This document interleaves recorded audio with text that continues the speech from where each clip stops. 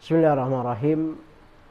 Pertanyaan, bagaimana orang tua menasihatin anaknya untuk mengambil kebaikan dari din Islam atau untuk mengambil pendidikan din Islam, terutama dalam belajar untuk ngaji, sholat, dan yang lain-lainnya.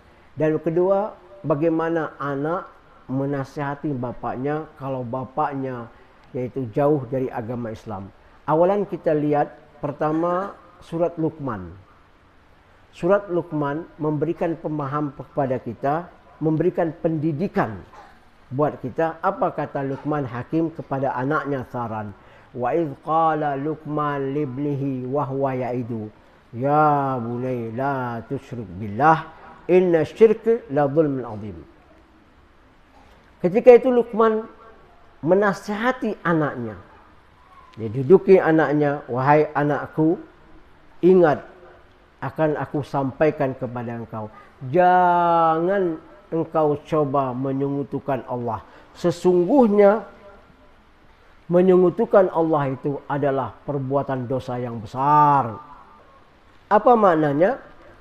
Dosa yang besar. Kalau engkau belum mampu menghadapi dosa Allah atau siksaan Allah, engkau jangan coba-coba berlaku atau melakukan maksiat. Ini secara bahasa diplomasi. Dia bilang sama anaknya, wahai anakku, dia dudukin. Ya. Janganlah engkau menyekutukan Allah. Sesungguhnya menyekutukan Allah itu adalah dosa yang besar. Dalam arti kata, ini yang kita hadapi sekarang. Seorang tua bertanggung jawab kepada anaknya agar dia memberikan nasihat, ancaman, jelaskan. Setidak-tidaknya di dalam Al-Quran telah memberikan pemahaman.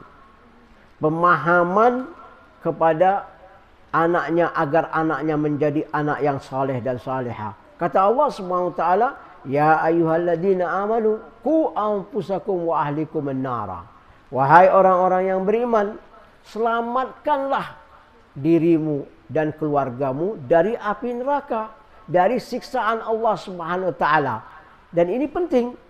Jadi seorang tua dia bertanggung jawab kepada keluarganya, atau seorang suami bertanggung jawab kepada istri dan anak-anaknya.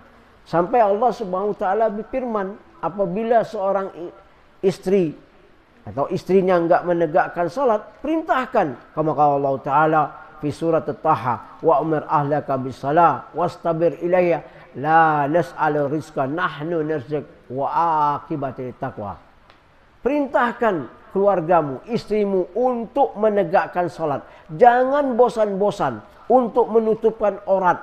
Jangan bosan-bosan. Supaya apa?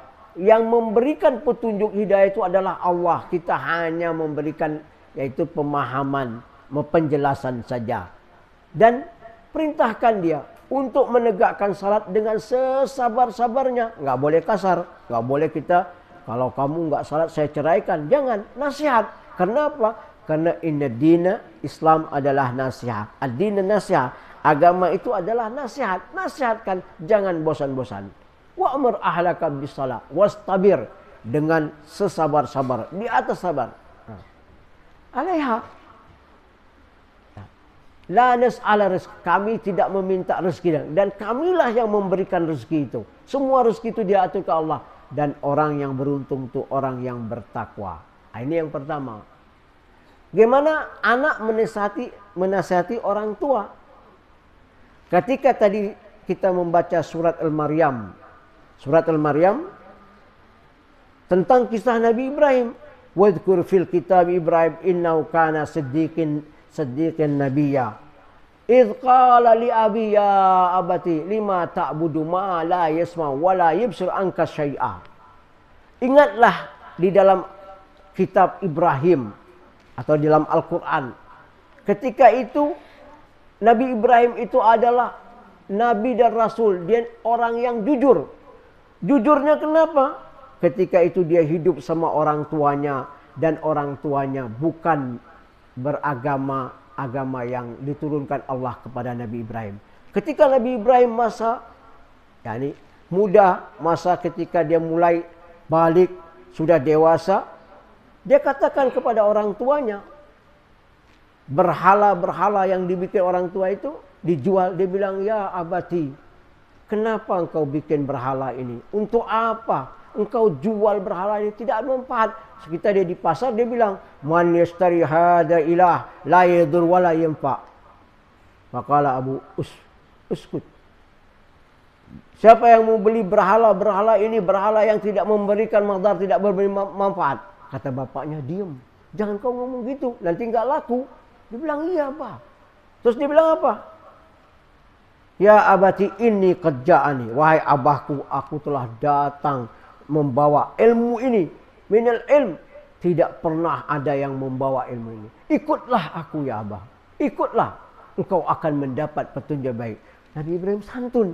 Santunnya apa? Masih dia panggil, ya abati. Wahai abah, wahai bapak. Santun. Terus dia bilang apa? Ya abati la ta'budu syaitan. Inna syaitan kana lirrahman asya.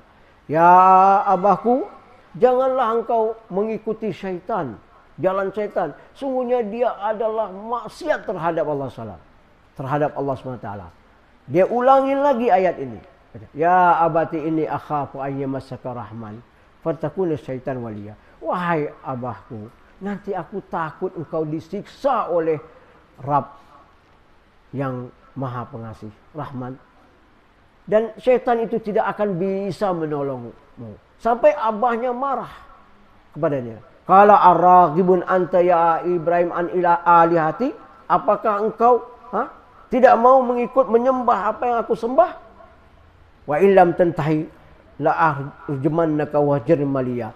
Kalau engkau tidak berhenti menasihati aku, menyampaikan ini, aku akan lempar engkau dengan batu dan aku usir engkau dari sini. Apa Nabi Ibrahim mengatakan? Qala ya abati salaman sa'astaghfiruka bi innaka nabi. Wahai abahku, keselamatan di atasmu. Mudah-mudahan Allah memberikan engkau petunjuk. Dan aku mohon kepada Allah agar engkau mendapat petunjuk, mendapat hidayah. Tapi tidak, Nabi Ibrahim tidak bisa memberikan hidayah. Innaka la tahdi man ahbabta walakin Allah yahdi man yasha. Sungguhnya engkau tidak akan bisa memberi kepada orang yang kau cintai. Sungguhnya hanya Allah yang memberikan hidayah itu. Hanya kita memberikan petunjuk. Luqman al-Hakim menasihatkan anak juga. Apa itu? Ketika anak itu Islam, kayak sama Nabi Ibrahim, dia menghadapi orang tuanya tidak Islam. Kalau apa? Wala tuti'huma wasahibuhuma fid dunya ma'ruf. Janganlah engkau taat kepada dia. Apapun yang dia katakan, ketika orang tuanya mengajak dia untuk menyekutukan Allah, untuk melarang dia beribadah kepada Allah, engkau jangan taat. Dan engkau gauli dia, engkau sahabatkan dia dengan sebaik-baiknya. Santun, lemah, lembut. Jadi boleh seorang anak menasihati orang tuanya, tapi dengan lemah lembut, bahasa yang halus, bahasa yang santun. Tetapi kalau dia tidak bisa juga, seperti Abu Hurairah. Ketika itu dia memiliki ibunya, dia sampaikan kepada Rasulullah. Dia minta doa, ibunya berubah menjadi baik sama dia, sama Rasulullah, dan masuk Islam. Bawa seorang ahli agama, misalnya ustadz atau kiai atau syekh, suruh dia, mohon nasihatin orang tua saya.